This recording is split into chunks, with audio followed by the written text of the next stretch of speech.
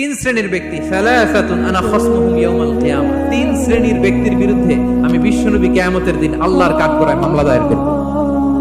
আমি বিশ্বনবী তিন শ্রেণীর ব্যক্তির বিরুদ্ধে আমি বিশ্বনবী আল্লাহর সুপ্রিম কোর্টের কাঠগড়ায় মামলা দায়ের করব। এর মধ্যে এক শ্রেণীর ব্যক্তি হচ্ছে রাজুলুন ইস্তাআজারা আজীরান ফাস্তাওফা মিনহু ওয়া লাম ইউতিহি আজরা। কোন ব্যক্তি যে শ্রমিক নিয়োগ দেওয়ার পরে তার কাছ থেকে কাজ বুঝিয়ে নিয়েছে কিন্তু তাকে তার প্রাপ্য বুঝিয়ে দেয়নি, এরকম ডাকাত আমাদের সমাজে আছে না নাই?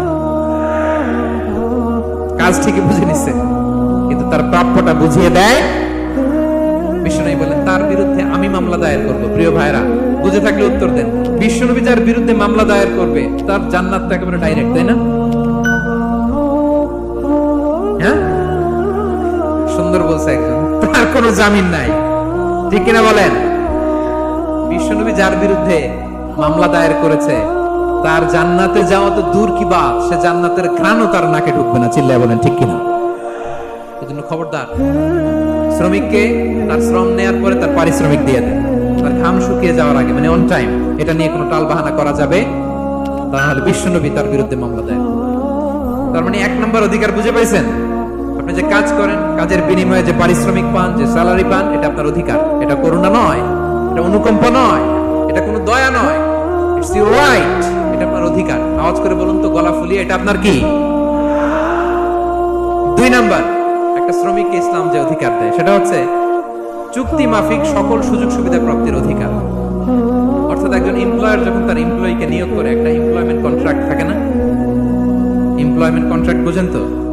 একটা চুক্তিপত্র থাকে, এখানে ফিক্স করা থাকে ওয়ার্কিং আওয়ার্স, কয় ঘন্টা আপনি কাজ করবেন, আপনার জব স্পেসিফিকেশন, কি করবেন কি করবেন না, আপনার স্যালারির ব্যাপারে থাকে, কত স্যালারি দিবে, কখন দিবে, আবার আপনি ওভার টাইম করলে এক্সট্রা পে করবে, আপনি রেগুলার কাজ করলে ঘন্টায় per hour 20 ringgit, overtime করলে 40 ringgit.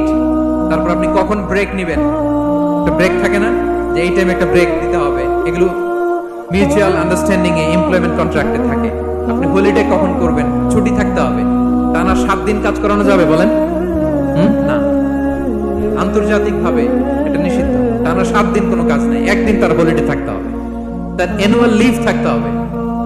Right to rest and leisure, বিশ্রামের একটা সময় লাগবে। এই যে 1 মে আন্তর্জাতিক শ্রমিক দিবস, এটা শুরু হয়েছে কিভাবে? ইউনাইটেড স্টেটস অফ আমেরিকার শিকাগোতে 1986 সালে এই কাজের বিরুদ্ধে তারা আন্দোলন করেছিল। টানা 7 দিন তাদেরকে দিয়ে গাদার মতো খাটানি খাটাতো, দাসের মতো তাদের সাথে আচরণ করা হতো। তারা আন্দোলন শুরু করেছিল, 8 জনকে গুলি করে নিহত করা হয়েছিল। সেখান থেকে এই মে দিবস। কিন্তু বিষ্ণু ইসা ইসলাম 1500 বছর আগে এই শ্রমিকদের অধিকারের ব্যাপারে সোচ্চার ছিল।